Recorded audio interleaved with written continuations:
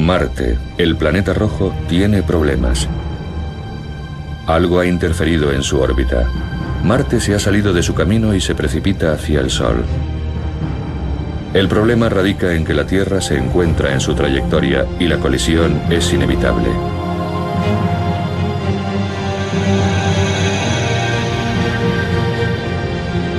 Ficción puede, pero no se confundan.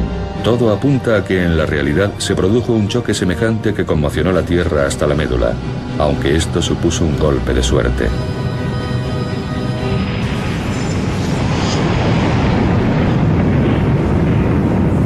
Parece ser que la Tierra chocó realmente con un cuerpo del tamaño de Marte. De esta colisión surgió la Luna, lo que fue una suerte, porque la Tierra sería ahora un planeta diferente si no tuviéramos la Luna.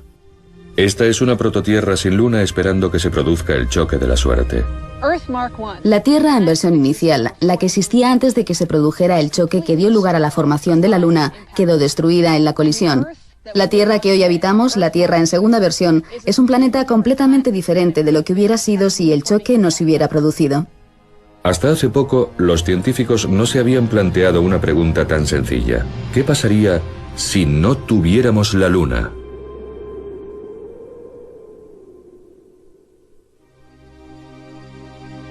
Si no tuviéramos el Sol, no habría vida en la Tierra. Es más, no existiría la Tierra. Pero, ¿y en cuanto a nuestro vecino celestial, la Luna? Sin ella, algún tipo de planeta Tierra existiría de todas formas, pero este estaría privado de vida terrestre. Plutón es el otro planeta con una luna relativamente grande. Sin embargo, estos diminutos y lejanos cuerpos son planetoides congelados que realmente no cuentan. Júpiter, el planeta más grande, tiene 16 lunas, pero al igual que las de los otros gigantes gaseosos, Saturno, Urano y Neptuno, sus lunas son diminutas comparadas con ellos. Júpiter y sus satélites forman entre sí una especie de sistema solar en pequeño. Marte tiene 2 lunas de tamaño muy pequeño, que con toda seguridad son asteroides capturados. En muchos sentidos, Venus es el planeta gemelo de la Tierra, pero no son similares en lo referente a las lunas. Venus no tiene lunas. Lo mismo le pasa a Mercurio, un planeta un poco más grande que nuestra Luna, el más cercano al Sol. Dentro del sistema solar, solo la Tierra tiene la suerte de tener una luna de un tamaño considerable. ¿Cómo es posible? La teoría no puede ser tan evolutiva para poder aplicarse a todos los planetas, porque de ser así, Mercurio tendría que tener una luna y Venus y Marte también, pero no la tienen. Si la Luna y la Tierra se formaron juntas en el sistema solar embrionario, la Luna debería tener, al igual que la Tierra, un enorme núcleo de hierro. No lo tiene, por lo tanto la teoría falla. Y en cuanto a la teoría de la captura de cuerpos externos, ¿pudo la Tierra tomar como rehén a un planetoide que iba de paso? No es posible. Un cuerpo del tamaño de la Luna seguiría su camino. Una tercera teoría señala que debido a que la prototierra estaba en estado semilíquido, giraba a gran velocidad, un trozo del planeta pudo desprenderse de la parte ecuatorial, pero la física no toma en serio esta posibilidad. Cuando la NASA va a viajar a la Luna, los científicos buscan una explicación más plausible. Harold Urey, el geoquímico que participó en la organización inicial de las misiones del Apolo, dijo que ninguna de las 3 teorías eran satisfactorias, por lo tanto la Luna no debería existir. Pero la Luna existe, y desde 1969, 6 misiones han llevado a 12 astronautas a pisar la superficie lunar.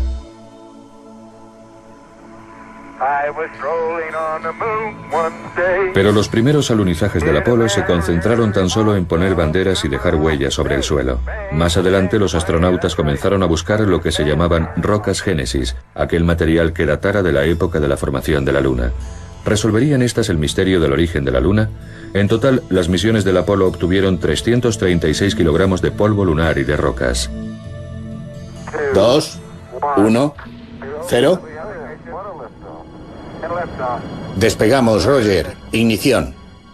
Cuando las expediciones del Apolo volvían de la Luna, se organizaban inmediatamente una serie de conferencias anuales en Houston para estudiar las rocas que habían traído y para discutir sobre la composición química y las propiedades de estas. La gente los llamaba festivales de rock. Había uno cada año.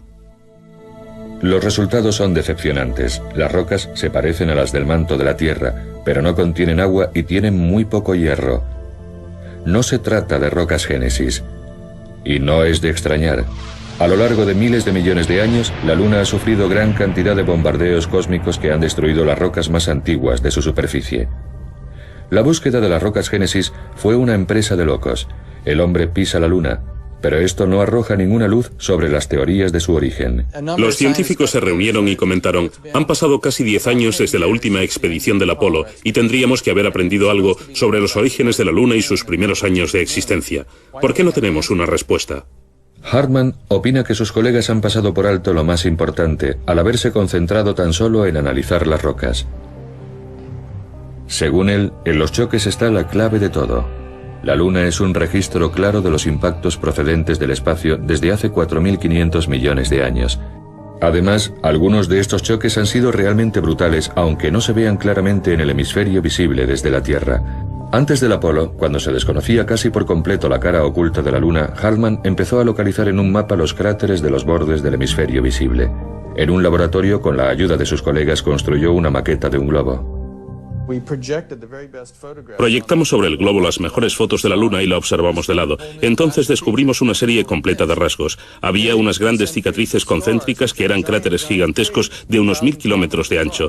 Esa fue la conexión para pensar que la Luna había sufrido grandes choques y de que en el sistema solar había habido cuerpos muy grandes dando vueltas que acabaron chocando contra los planetas iniciales. Y por cada cuerpo que chocaba con la Luna, 25 se estrellaban contra la Tierra.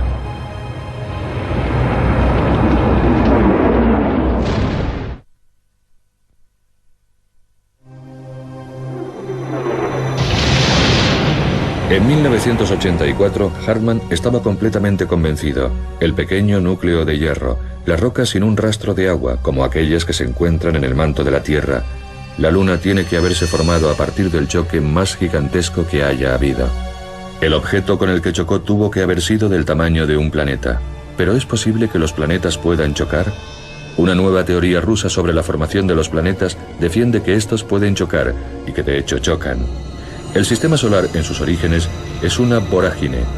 Las partículas de una gigantesca nube primordial se amontonan. Crecen hasta alcanzar el tamaño de un balón de baloncesto. Se unen unas a otras, chocan. Al final son como montañas. Este proceso dura unos 100 millones de años. Nos encontramos en los últimos estadios de la formación de los planetas. Un planetoide hace estallar al manto de Mercurio. Los restos del choque se dirigen a Venus. Más allá se encuentra la Tierra, la tercera roca del Sol. Pero después, en el espacio que hay hasta Marte, existe otro planeta, un solitario extraño llamado Orfeo. Su órbita pasa demasiado cerca de la Tierra. En la siguiente vuelta se produce el cataclismo.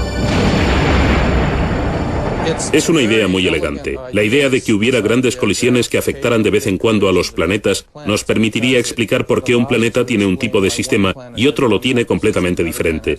Pero de todas las maneras, si uno se distancia lo suficiente y observa los planetas en conjunto, verá que son relativamente parecidos. O sea, que hay unas similitudes, pero también unas peculiaridades propias de cada uno. Venus, por ejemplo, rota al revés, probablemente como resultado de un golpe fortísimo. Marte tiene un movimiento similar al de la Tierra, lo que podría indicarnos que también sufrió una gran colisión. El gigante gaseoso, Urano, gira de costado debido al choque con un cuerpo del tamaño de la Tierra.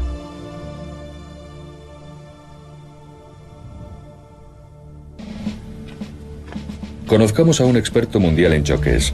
Con base en Tucson, Arizona, al igual que Hartman, Jay Meloz se muestra escéptico en relación con la teoría Orfeo, pero está dispuesto a estudiarla.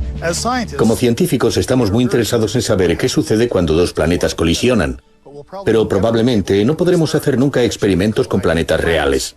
Por eso tenemos que buscar otra manera de reunir información acerca de lo que sucede cuando dos planetas chocan. Meloz recurre a los especialistas en colisiones por excelencia, a los militares. Hacemos lo mismo que los militares cuando tienen que determinar los efectos de las explosiones nucleares en la superficie. Recurrimos a un ordenador. En Nuevo México, gracias a un contacto interno, Meloz consigue acceder a un ordenador en los laboratorios nacionales Sandia. Este era un ordenador de uso restringido, por lo que no tenía autorización para tocar el teclado. Mi colega me hacía las preguntas pertinentes sobre el problema y él, por ejemplo, me preguntó ¿cuál es el diámetro del objetivo? Y yo le di el de la Tierra. Unas cuantas cabezas se asomaron a la puerta. El objetivo es la Tierra. Después me preguntó el diámetro del proyectil y le di uno la mitad del de la Tierra. Unas pocas cabezas más se asomaron. Después la velocidad del impacto, 11 kilómetros por segundo. Por último, se le dio prioridad a mis preguntas debido al entusiasmo que había despertado un choque de semejantes dimensiones. Después de esto obtuvimos los resultados. Podíamos ver una colisión entre planetas. Podíamos ver enormes explosiones de gas surgiendo hacia el exterior. Esta especie de simulación nos permitió ir más allá de la comprensión de lo que sucede en los fenómenos de choque. Entonces, ¿qué pasa cuando chocan dos mundos? Todos hemos visto películas donde hay colisiones de planetas y cosas como la Guerra de las Galaxias, en la que los planetas explotan instantáneamente. Pero así no es como las cosas pasan en la realidad. Los planetas son tan grandes que las cosas suceden lentamente. Si volvemos a mirar la Tierra de hace 4.500 millones de años, en el día en el que el planeta Orfeo chocó contra ella, veríamos que las cosas sucedían aparentemente a cámara lenta. Orfeo entraría con un diámetro la mitad que el de la Tierra, se iría incrustando lentamente, penetrando en ella, y nubes de vapor emanarían por todas partes, pero todo habría acabado en unos 20 minutos o media hora. En la colisión se desprenderían grandes chorros de vapor, el cual no obedece a las mismas leyes por las que se rigen las rocas sólidas. Se dilata con la presión interna y eso permite que grandes cantidades de material sean expelidas a la órbita de la Tierra. Hartmann nos dio el impacto y Meloss puso los restos en órbita. Pero ¿cómo se forma una luna de esos restos?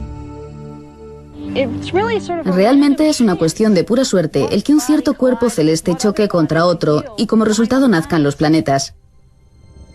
Una de estas colisiones al azar se produjo con el ángulo correcto, justo a la velocidad necesaria para ocasionar la formación de la Luna.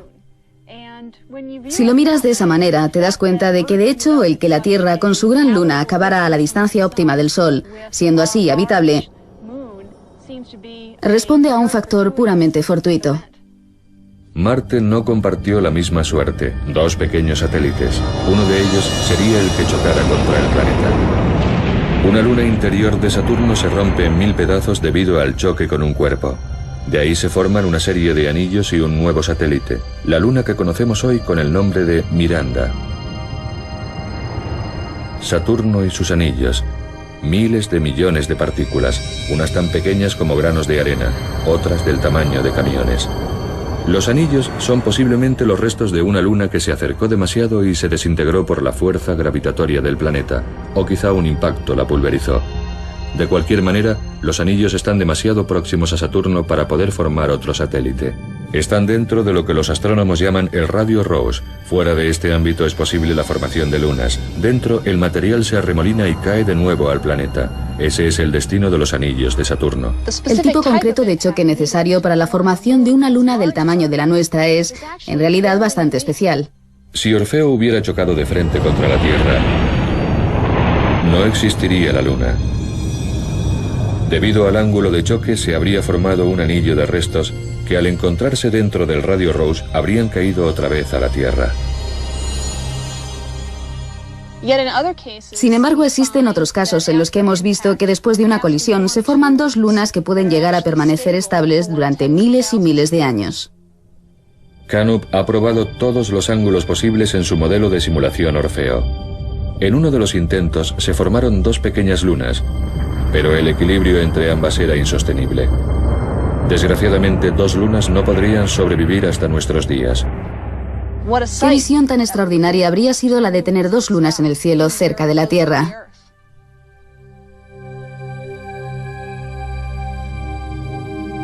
Con dos lunas en el cielo, lo que pasaría es que o bien la más pequeña y más interior caería sobre la Tierra, o al final las dos lunas acabarían chocando. Pero para producir nuestra luna, Canup prueba con el enfoque más oblicuo. Hemos averiguado que si hacemos que el impacto se produzca con un ángulo muy descentrado, de manera que el objeto colisionante apenas roce nuestra prototierra, entonces esa configuración es la óptima para poner material en órbita. Una colisión con un ángulo tan descentrado destruye parcialmente el objeto colisionante, el cual desaparece, fundiéndose temporalmente antes de volver a chocar con la Tierra por segunda vez. Un impacto doble. El proceso completo de colisión probablemente se realizaría en un par de días, pero ese hubiera sido un fin de semana muy malo para pasarlo en la Tierra.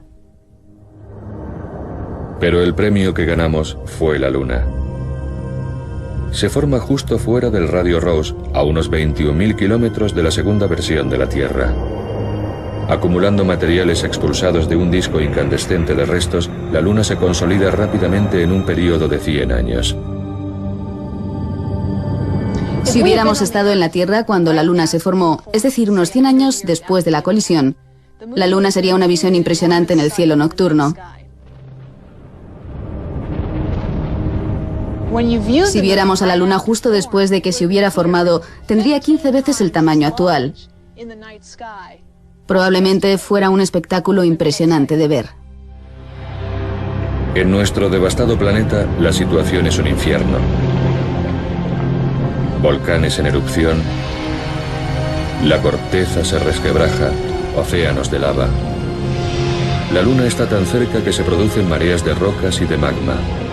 La fuerza de la Luna es 4000 veces más intensa que la actual. La Tierra se retuerce y escupe fuego. En el mar, las olas son gigantescas.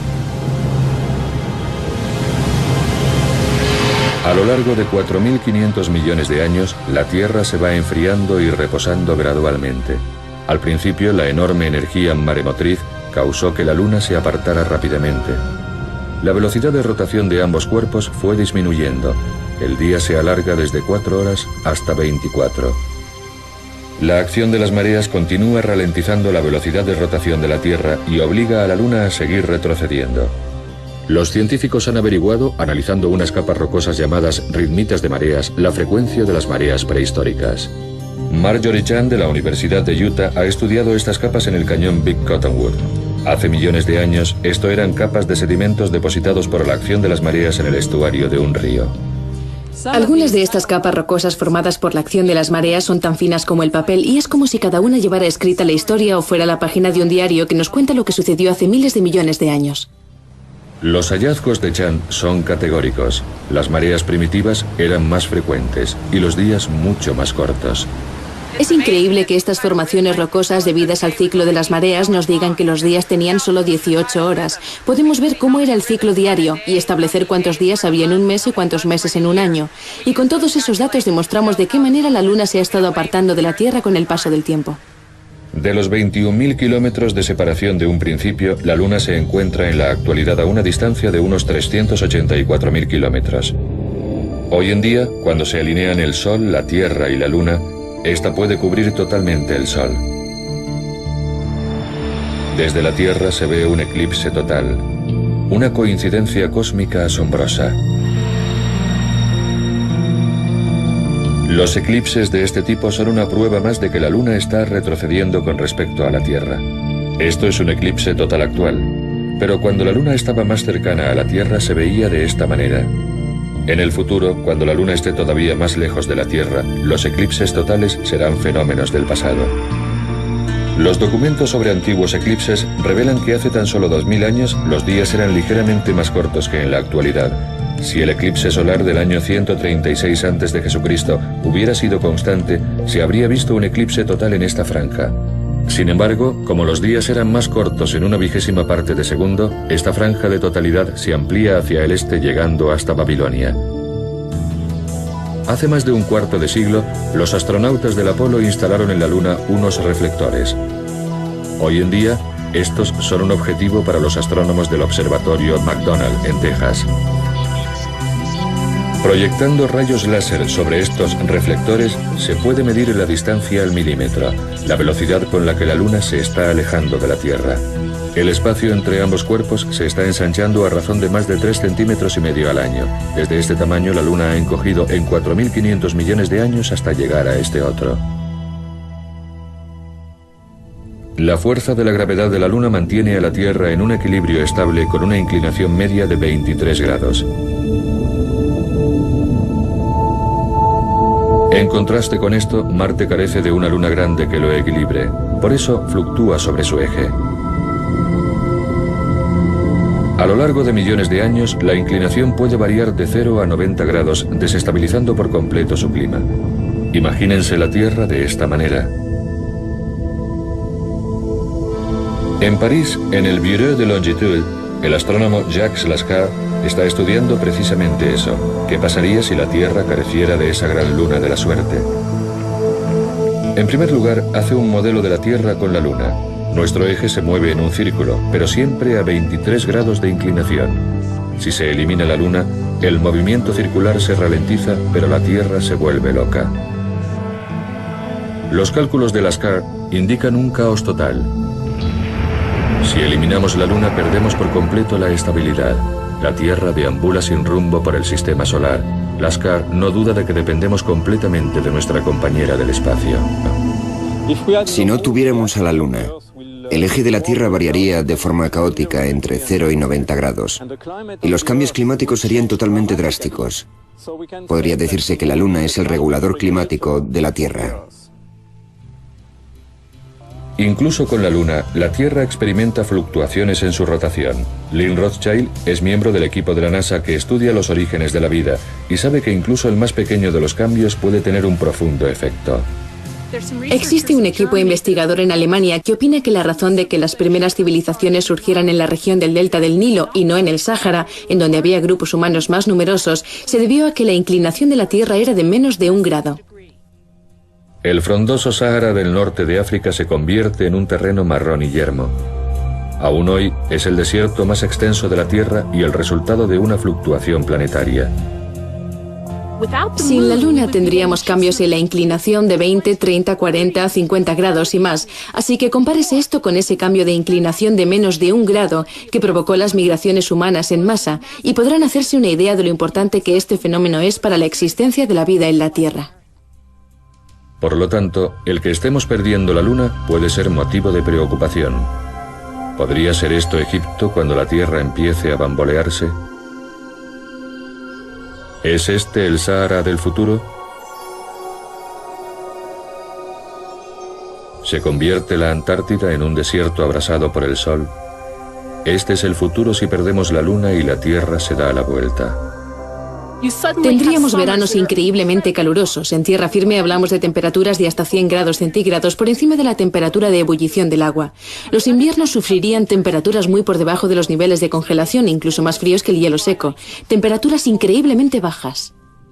Las placas de hielo avanzan y se retiran por el ecuador. Aún peor, a medida que la Tierra se bambolea caóticamente, los casquetes polares se deshielan, crece el nivel de los océanos, desaparecen las islas, todas nuestras ciudades costeras quedarían bajo las aguas.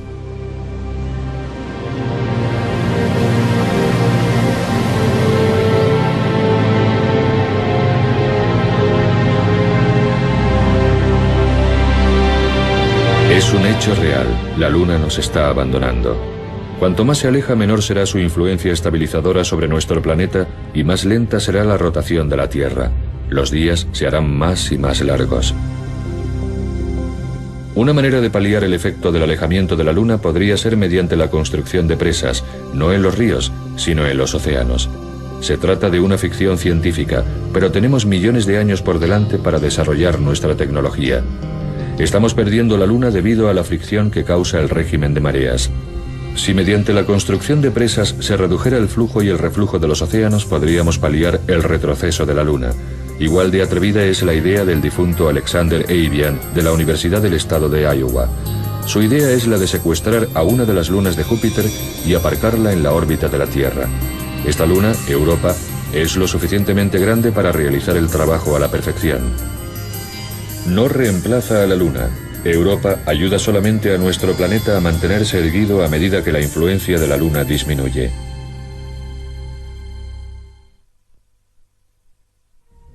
Luna llena en el planeta Tierra.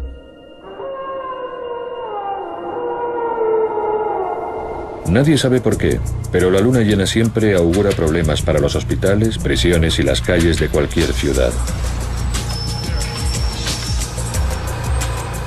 Cuando hay luna llena es como si algo sucediera. Parece que hay más problemas de todo tipo. Hay una atmósfera enrarecida que hace que la gente esté más nerviosa, a veces con consecuencias negativas.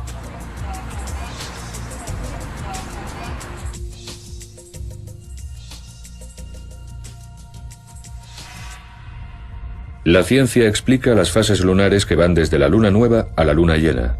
Esto es posible porque solamente la mitad de la luna está iluminada por el sol y nosotros vemos esa mitad en proporciones variables. Lo que la ciencia no puede siempre explicar es el efecto de estas fases lunares en la vida terrestre. ¿Por qué se piensa que la práctica de ciertas posturas de yoga pueden ser perjudiciales cuando hay luna llena? ¿Nacen más niños en luna llena? ¿Influye en el ciclo menstrual la órbita lunar de 29 días y medio o lo que es lo mismo, el mes lunar? Para el hombre primitivo, la luna llena significaba que tendría luz para cazar de noche. Existe una teoría que propone que este hecho hizo que el ciclo menstrual se vinculara estrechamente al ciclo lunar. Mientras que los hombres cazan, las mujeres pueden permitirse el lujo de no ser fértiles esos días, pero en los días de oscuridad alrededor de la luna nueva, cuando los hombres están en casa, las mujeres deben ser fértiles por la supervivencia de la especie. En la naturaleza, una vez al año, gusanos marinos suben a la superficie del océano para aparearse la noche anterior a la luna nueva. Para estos nativos de los mares del sur, los gusanos son una presa fácil. El coral desova en el gran arrecife de coral. Esto solo sucede durante la luna llena de noviembre, la señal lunar para que muchas especies se reproduzcan.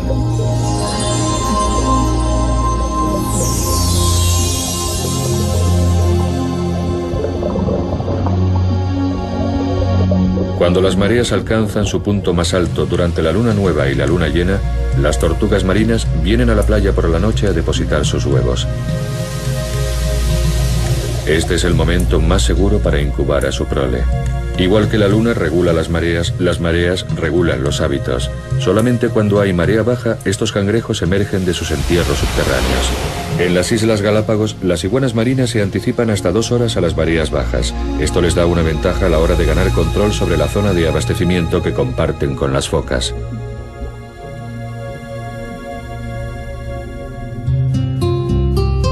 La cosecha de vino francés. Los bodegueros piensan que con luna llena su influencia es muy alta y el máximo de energía alcanza a las uvas.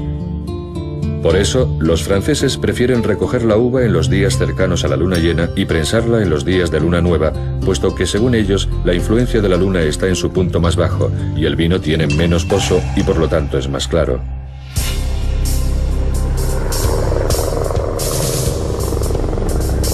La vida en la Tierra está sujeta indudablemente al ritmo de la Luna. En la actualidad se está empezando a pensar que la colisión que formó la Luna aceleró la aparición de la vida misma. Groenlandia en 1999, donde tuvo lugar un descubrimiento asombroso. Estamos sobrevolando un campamento de este recóndito rincón del oeste de Groenlandia. Solamente se puede llegar aquí con helicóptero y desde el campamento andaremos hasta el lugar en donde se ha abierto el primer capítulo de la historia de la Tierra.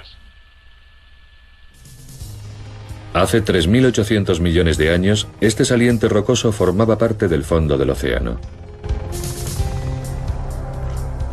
Siendo un inuit nativo, Minik Rosing es el primero en descubrir su secreto. Esta es la roca más antigua de la Tierra. Este es el material más antiguo que puedas tocar. Si quieres tocar algo más antiguo, tendrás que ir a la Luna. Pero las rocas de la Luna, por antiguas que sean, no contienen ningún rastro de vida. Sin embargo, en la Tierra, la roca de Groenlandia de Rosing sí la tiene. Este es un gran descubrimiento. Estas capas contienen carbón, un indicio de la presencia de un plancton muy complejo que antedata en 200 millones de años los cálculos anteriores referentes a la aparición de las primeras formas de vida, situándola más cerca de la fecha del impacto que dio lugar a la Luna. Fue una experiencia realmente alucinante, puesto que se supone que no debería haber vida en la Tierra en esa época, y si la había, es completamente seguro que no deberían haber sido formas de vida acuáticas. Antes se pensaba que la vida primitiva existía solo en hábitats de condiciones extremas, alimentándose de los gases de volcanes sumergidos en lo más profundo. Este hombre ha explicado de una manera muy convincente los hallazgos de Groenlandia. Es miembro de la Academia Nacional y aconseja al gobierno de los Estados Unidos en asuntos científicos. Norman Sleep cree que la colisión de Orfeo que dio origen a la Luna desencadenó el surgimiento de la vida.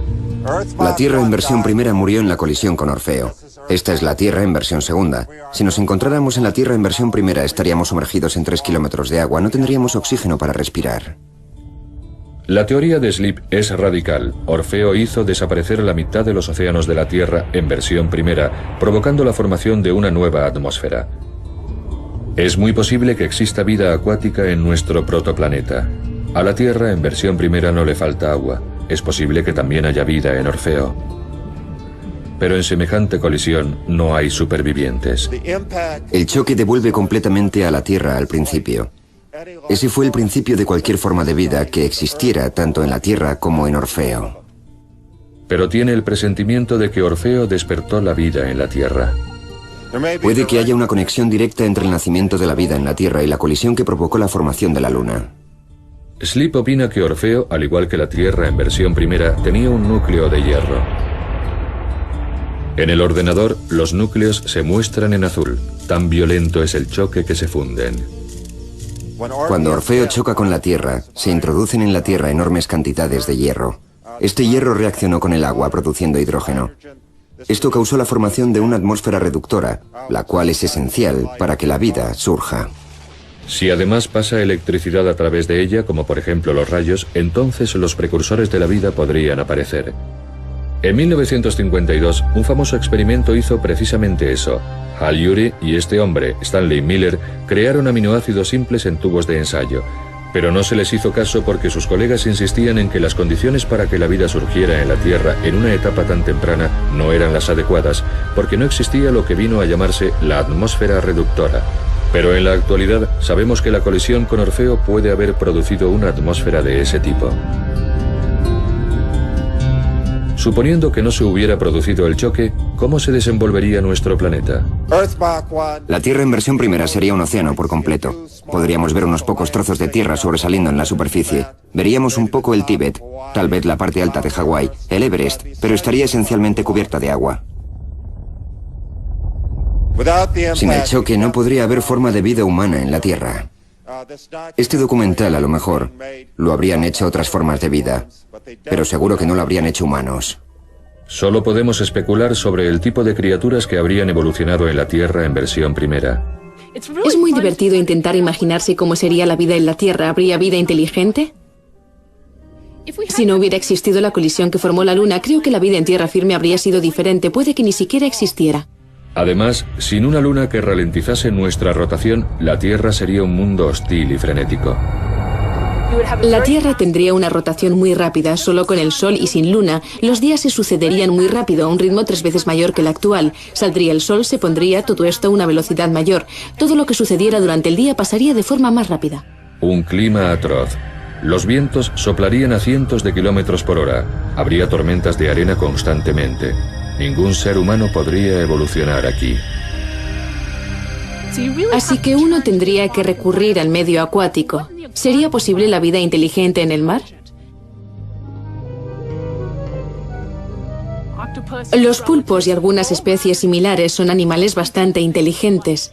Pueden hacer cosas como construir con los tentáculos pequeñas viviendas en donde cobijarse, y hasta cierto punto tienen sentimientos. Poseen unos ojos casi idénticos a los de los vertebrados, son fascinantes. Así que uno se imagina que los cefalópodos, los pulpos, los calamares, etc., serían los genios de una Tierra sin luna.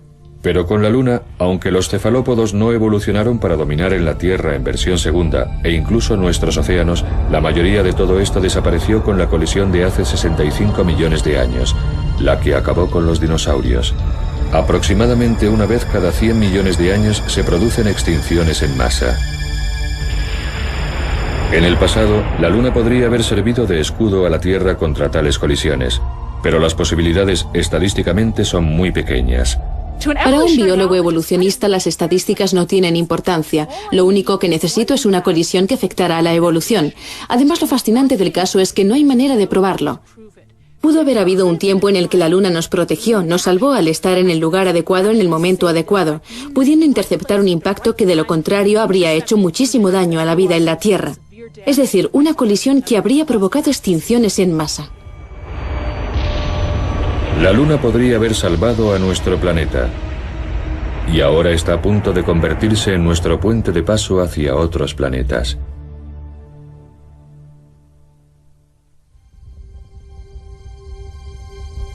Dado que la casualidad es un aspecto muy importante en el crecimiento de los planetas, la Luna se considera un símbolo de la suerte.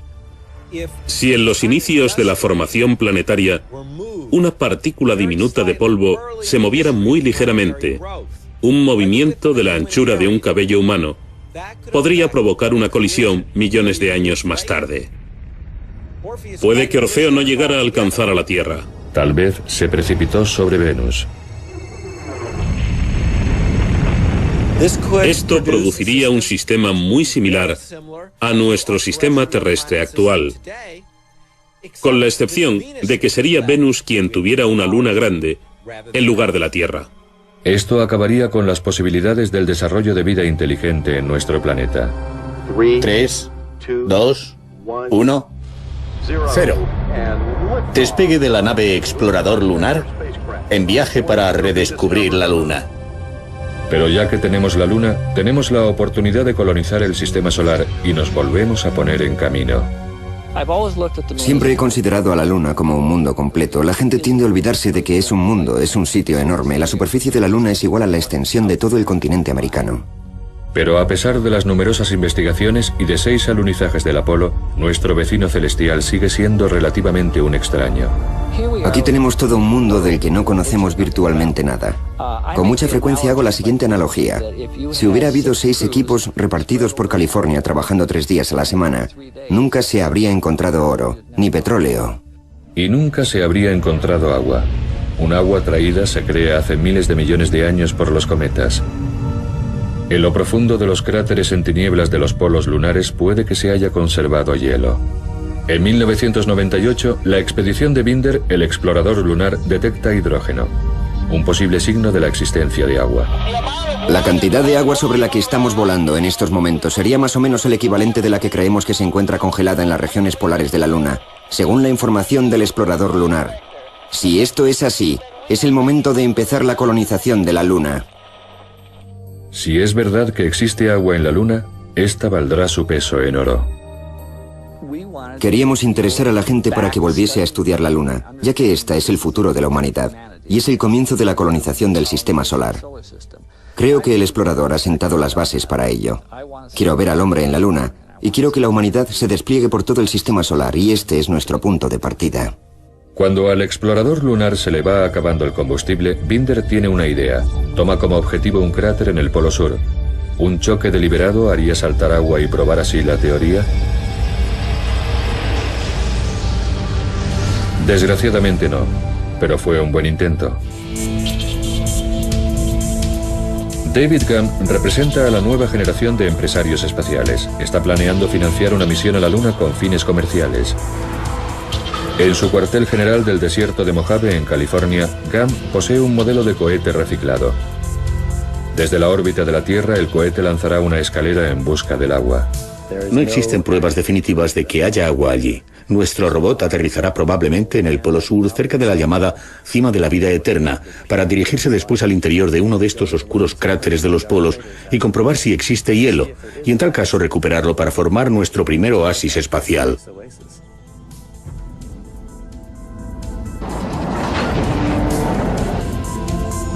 Si podemos confirmar que existe suficiente cantidad de agua en los polos lunares, significaría que nuestras naves podrían repostar allí, lo que supondría que las misiones a Marte y a otros puntos más lejanos del sistema solar serían finalmente factibles. Sería la primera vez que no utilizaríamos como base la Tierra para explorar el espacio. Las perspectivas de Gum dependen del agua lunar. Hace posible la vida, dado que el hidrógeno y el oxígeno líquido se convierten en combustible para los cohetes. Su luna es un puerto de abastecimiento. Creo que la Luna es un puente fundamental en la conquista del espacio. El sistema solar es un lugar gigantesco. Si tuviéramos un lugar cerca de casa donde entrenarnos y probar el equipo, un lugar donde si hay un problema puedes pedir ayuda, sería fundamental. Si vas camino de Marte y tienes un problema, estás vendido. Si existe agua, las colonias lunares serán el paso siguiente. Pero no serían como los asépticos módulos de la fantasía científica, sino como las estructuras de adobe de los desiertos mexicanos y del suroeste de Estados Unidos. Los pioneros lunares construirían sus viviendas con el polvo lunar. La NASA está recogiendo datos. La próxima vez que vayamos a la Luna, nuestros trajes serán de una tecnología muy avanzada, pero tendremos que depender de los recursos naturales básicos para construir nuestras viviendas. La palabra clave de la vida fuera de la Tierra es ahorro. Las primeras viviendas lunares podrían parecerse a estas construcciones del Museo de Viviendas Tradicionales de California. Cada cantidad de material que llevemos desde aquí hasta la Luna costará de 2 a 3 veces su peso en oro. Por eso es vital poder utilizar los materiales que haya allí. Tubos llenos de polvo lunar amontonados en espirales. Parece una ironía que volvamos a los orígenes de la historia, pero no, realmente no es así. Es tomar el mejor legado de cada civilización y desarrollarlo con vistas al futuro. ¿Como la montaña rusa?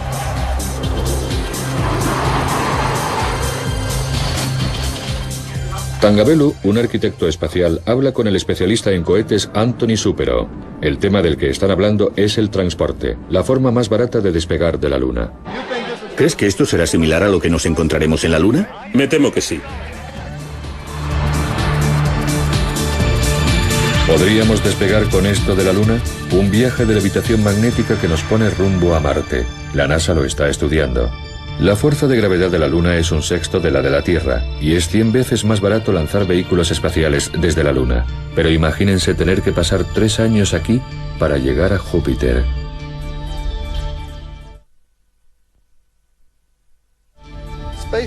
El espacio es horrible. Es necesario tener algo de gravedad porque si no el sistema inmunológico se atrofia. Los huesos se vuelven como tiza. La gravedad es imprescindible. La única forma de obtenerla es mediante un gigantesco aparato giratorio que lo arroja uno contra las paredes. Y eso es lo que Supero planea hacer. Un gigantesco anillo inflado con hielo de la Luna.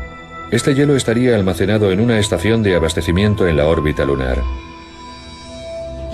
No se trataría de construir una nave espacial, sino de inflarla. Esto sería una bolsa de plástico del tamaño de un campo de fútbol. Parecería una llanta enorme. Se infla con agua. El resultado es una nave espacial de hielo. El anillo gira y los pasajeros que transporta tienen gravedad. El hielo almacenado en las paredes le proporciona al cohete la energía necesaria en forma de vapor. En el viaje de vuelta se repostaría en una de las lunas de Júpiter. Nunca se me hubiera ocurrido pensar que un cohete propulsado por vapor tuviera 100 veces la capacidad del mejor de los cohetes. Eso significa que podría transportar a 100 personas hasta Júpiter y a todas las lunas de Júpiter, Ganímedes, Calisto, Europa. Es absolutamente increíble. Lo único que Supero necesita para que su cohete de propulsión por vapor funcione es la planta de energía de un submarino nuclear. Es posible que también esté interesado en los miembros de la tripulación. Los submarinos fueron las primeras plataformas en las que pensó el programa espacial como medio de averiguar la reacción de las personas a viajes largos en completo aislamiento. Se ha aprendido mucho de la tripulación de los submarinos. Esta sería el tipo de personas que encontrarían muy interesante el proyecto y que verían la oportunidad de hacer algo semejante como una experiencia muy emocionante. Por el momento, el obstáculo radica en el factor nuclear. Un mundo que permitiera el desarrollo de naves espaciales propulsadas por una explosión nuclear tiene que ser muy diferente del actual.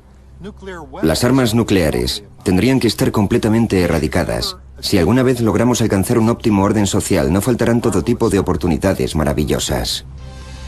Como marinero, Solem establece un paralelismo con su propia nave espacial nuclear, la pequeña Medusa. Bien, lo que tienen en común este precioso yate de la Copa de América, el American One, con la nave espacial Medusa, es el Spinnaker. El Spinnaker es una vela muy ligera en la parte delantera de la nave, que es impulsada directamente por el viento. En el caso de una nave espacial, esta estaría impulsada por una serie de explosiones nucleares. Medusa necesita a la Luna porque los explosivos nucleares que van a propulsar su Spinnaker están revestidos de polvo lunar. La Medusa puede viajar a una velocidad de decenas de millones de kilómetros a la hora. Medusa podrá proporcionarnos viajes interplanetarios dentro de escalas temporales perfectamente humanas. Incluso podría llevarnos a las estrellas.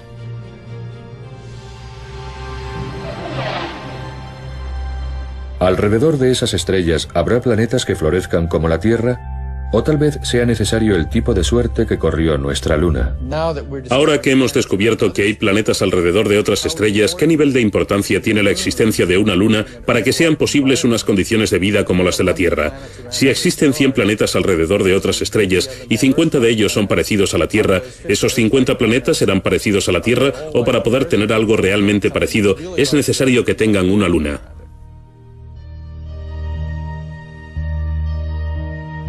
Hace poco empezamos a preguntarnos, ¿qué posibilidades hay de que se forme un planeta como el nuestro, que tenga una enorme luna como nuestra luna en otros sistemas solares?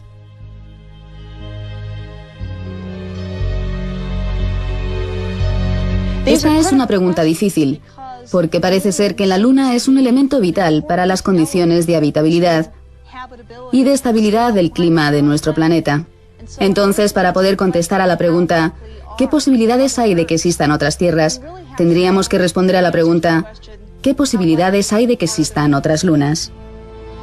Hasta la fecha, se han descubierto más de 20 planetas alrededor de otras estrellas. Ninguno es como la Tierra.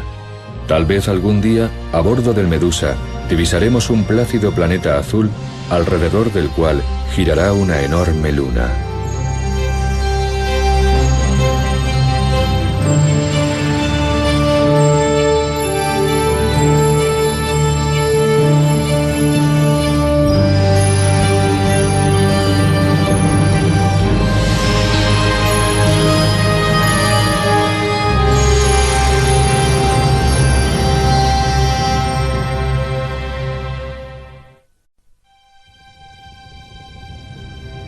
Marte, el planeta rojo, tiene problemas. Algo ha interferido en su órbita.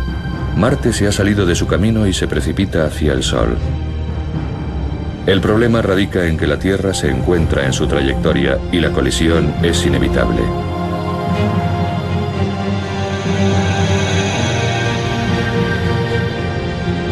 Ficción puede, pero no se confundan. Todo apunta a que en la realidad se produjo un choque semejante que conmocionó la Tierra hasta la médula, aunque esto supuso un golpe de suerte.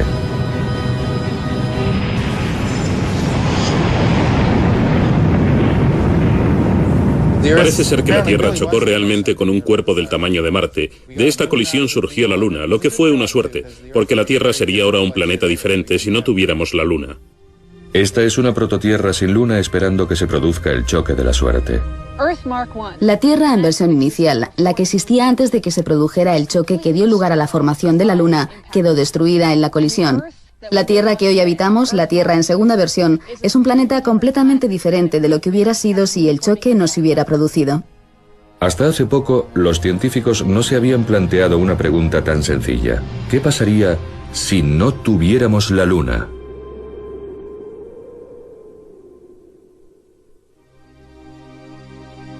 Si no tuviéramos el Sol, no habría vida en la Tierra. Es más, no existiría la Tierra.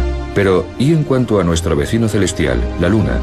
Sin ella, algún tipo de planeta Tierra existiría de todas formas, pero este estaría privado de vida terrestre. Plutón es el otro planeta con una luna relativamente grande. Sin embargo, estos diminutos y lejanos cuerpos son planetoides congelados que realmente no cuentan. Júpiter, el planeta más grande, tiene 16 lunas, pero al igual que las de los otros gigantes gaseosos, Saturno, Urano y Neptuno, sus lunas son diminutas comparadas con ellos. Júpiter y sus satélites forman entre sí una especie de sistema solar en pequeño. Marte tiene 2 lunas de tamaño muy pequeño, que con toda seguridad son asteroides capturados. En muchos sentidos, Venus es el planeta gemelo de la Tierra, pero no son similares en lo referente a las lunas. Venus no tiene lunas. Lo mismo le pasa a Mercurio, un planeta un poco más grande que nuestra luna, el más cercano al Sol. Dentro del sistema solar, solo la Tierra tiene la suerte de tener una luna de un tamaño considerable. ¿Cómo es posible? La teoría no puede ser tan evolutiva para poder aplicarse a todos los planetas, porque de ser así, Mercurio tendría que tener una luna y Venus y Marte también, pero no la tienen. Si la Luna y la Tierra se formaron juntas en el sistema solar embrionario, la Luna debería tener, al igual que la Tierra, un enorme núcleo de hierro. No lo tiene, por lo tanto la teoría falla. Y en cuanto a la teoría de la captura de cuerpos externos, ¿Pudo la Tierra tomar como rehén a un planetoide que iba de paso? No es posible. Un cuerpo del tamaño de la Luna seguiría su camino. Una tercera teoría señala que debido a que la prototierra estaba en estado semilíquido, giraba a gran velocidad, un trozo del planeta pudo desprenderse de la parte ecuatorial, pero la física no toma en serio esta posibilidad. Cuando la NASA va a viajar a la Luna, los científicos buscan una explicación más plausible. Harold Urey, el geoquímico que participó en la organización inicial de las misiones del Apolo, dijo que ninguna de las tres teorías eran satisfactorias, por lo tanto, la Luna no debería existir. Pero la Luna existe, y desde 1969, 6 misiones han llevado a 12 astronautas a pisar la superficie lunar.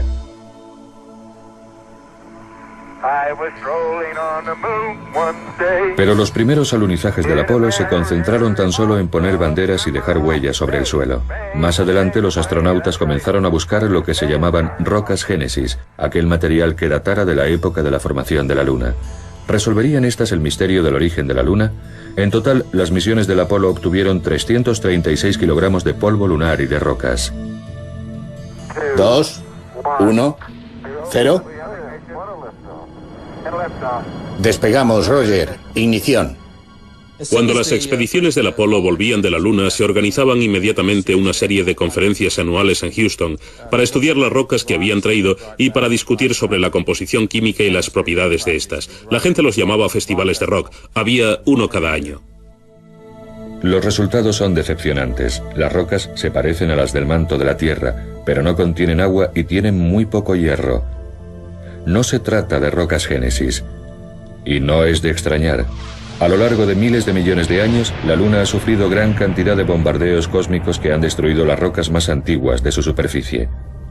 La búsqueda de las rocas Génesis fue una empresa de locos. El hombre pisa la Luna, pero esto no arroja ninguna luz sobre las teorías de su origen.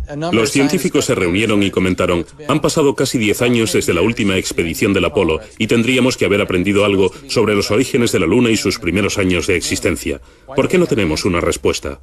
Hartman opina que sus colegas han pasado por alto lo más importante al haberse concentrado tan solo en analizar las rocas. Según él, en los choques está la clave de todo. La Luna es un registro claro de los impactos procedentes del espacio desde hace 4.500 millones de años. Además, algunos de estos choques han sido realmente brutales, aunque no se vean claramente en el hemisferio visible desde la Tierra. Antes del Apolo, cuando se desconocía casi por completo la cara oculta de la Luna, Hartman empezó a localizar en un mapa los cráteres de los bordes del hemisferio visible. En un laboratorio, con la ayuda de sus colegas, construyó una maqueta de un globo. Proyectamos sobre el globo las mejores fotos de la Luna y la observamos de lado. Entonces descubrimos una serie completa de rasgos. Había unas grandes cicatrices concéntricas que eran cráteres gigantescos de unos 1000 kilómetros de ancho. Esa fue la conexión para pensar que la Luna había sufrido grandes choques y de que en el sistema solar había habido cuerpos muy grandes dando vueltas que acabaron chocando contra los planetas iniciales. Y por cada cuerpo que chocaba con la Luna, 25 se estrellaban contra la Tierra.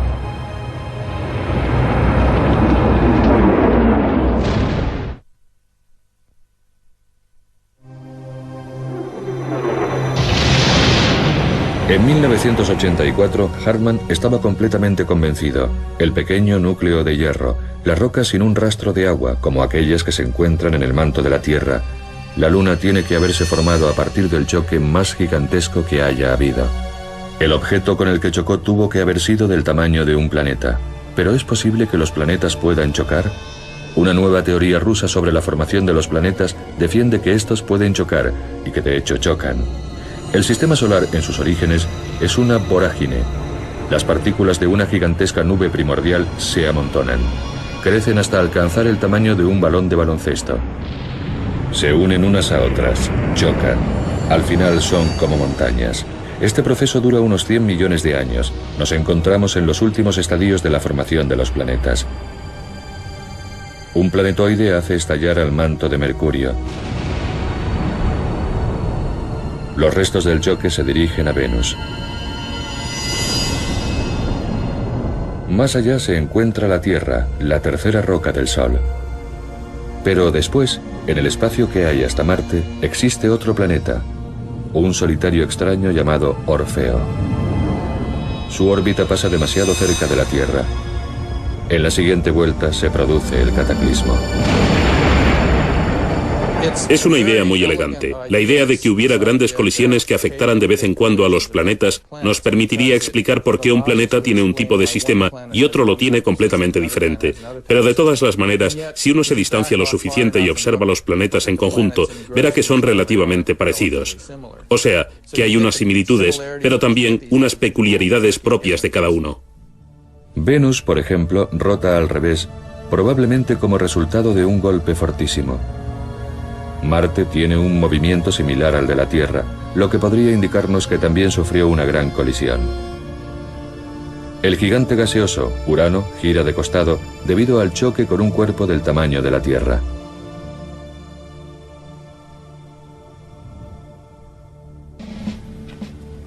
Conozcamos a un experto mundial en choques. Con base en Tucson, Arizona, al igual que Hartmann, Jay Meloz se muestra escéptico en relación con la teoría Orfeo, pero está dispuesto a estudiarla. Como científicos estamos muy interesados en saber qué sucede cuando dos planetas colisionan, pero probablemente no podremos hacer nunca experimentos con planetas reales. Por eso tenemos que buscar otra manera de reunir información acerca de lo que sucede cuando dos planetas chocan. Meloz recurre a los especialistas en colisiones por excelencia, a los militares. Hacemos lo mismo que los militares cuando tienen que determinar los efectos de las explosiones nucleares en la superficie. Recurrimos a un ordenador. En Nuevo México, gracias a un contacto interno, Meloz consigue acceder a un ordenador en los laboratorios nacionales Sandia. Este era un ordenador de uso restringido, por lo que no tenía autorización para tocar el teclado.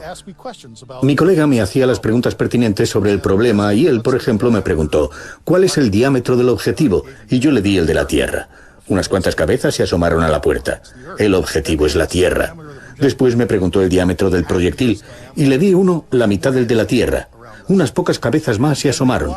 Después la velocidad del impacto, 11 kilómetros por segundo. Por último, se le dio prioridad a mis preguntas debido al entusiasmo que había despertado un choque de semejantes dimensiones. Después de esto obtuvimos los resultados. Podíamos ver una colisión entre planetas. Podíamos ver enormes explosiones de gas surgiendo hacia el exterior. Esta especie de simulación nos permitió ir más allá de la comprensión de lo que sucede en los fenómenos de choque. Entonces, ¿qué pasa cuando chocan dos mundos? Todos hemos visto películas donde hay colisiones de planetas y cosas como la Guerra de las Galaxias, en la que los planetas explotan instantáneamente. Pero así no es como las cosas pasan en la realidad. Los planetas son tan grandes que las cosas suceden lentamente. Si volvemos a mirar la Tierra de hace 4.500 millones de años, en el día en el que el planeta Orfeo chocó contra ella, veríamos que las cosas sucedían aparentemente a cámara lenta. Orfeo entraría con un diámetro la mitad que el de la Tierra, se iría incrustando lentamente penetrando en ella y nubes de vapor emanarían por todas partes, pero todo habría acabado en unos 20 minutos o media hora. En la colisión se desprenderían grandes chorros de vapor, el cual no obedece a las mismas leyes por las que se rigen las rocas sólidas. Se dilata con la presión interna y eso permite que grandes cantidades de material sean expelidas a la órbita de la Tierra. Hartmann nos dio el impacto y Meloz puso los restos en órbita. Pero ¿cómo se forma una luna de esos restos? Realmente es una cuestión de pura suerte el que un cierto cuerpo celeste choque contra otro y como resultado nazcan los planetas. Una de estas colisiones al azar se produjo con el ángulo correcto, justo a la velocidad necesaria para ocasionar la formación de la Luna. Si lo miras de esa manera, te das cuenta de que de hecho el que la Tierra con su gran luna acabara a la distancia óptima del Sol, siendo así habitable, responde a un factor puramente fortuito. Marte no compartió la misma suerte. Dos pequeños satélites. Uno de ellos sería el que chocara contra el planeta. Una luna interior de Saturno se rompe en 1000 pedazos debido al choque con un cuerpo. De ahí se forman una serie de anillos y un nuevo satélite, la luna que conocemos hoy con el nombre de Miranda. Saturno y sus anillos. Miles de millones de partículas, unas tan pequeñas como granos de arena, otras del tamaño de camiones. Los anillos son posiblemente los restos de una luna que se acercó demasiado y se desintegró por la fuerza gravitatoria del planeta, o quizá un impacto la pulverizó. De cualquier manera, los anillos están demasiado próximos a Saturno para poder formar otro satélite. Están dentro de lo que los astrónomos llaman el radio Rosse. Fuera de este ámbito es posible la formación de lunas. Dentro, el material se arremolina y cae de nuevo al planeta. Ese es el destino de los anillos de Saturno. El tipo concreto de choque necesario para la formación de una luna del tamaño de la nuestra es, en realidad, bastante especial. Si Orfeo hubiera chocado de frente contra la Tierra, no existiría la Luna. Debido al ángulo de choque se habría formado un anillo de restos que al encontrarse dentro del radio Rosse habrían caído otra vez a la Tierra. Sin embargo, existen otros casos en los que hemos visto que después de una colisión se forman dos lunas que pueden llegar a permanecer estables durante miles y miles de años. Canup ha probado todos los ángulos posibles en su modelo de simulación Orfeo. En uno de los intentos se formaron dos pequeñas lunas, pero el equilibrio entre ambas era insostenible. Desgraciadamente, dos lunas no podrían sobrevivir hasta nuestros días. ¿Qué visión tan extraordinaria habría sido la de tener dos lunas en el cielo cerca de la Tierra?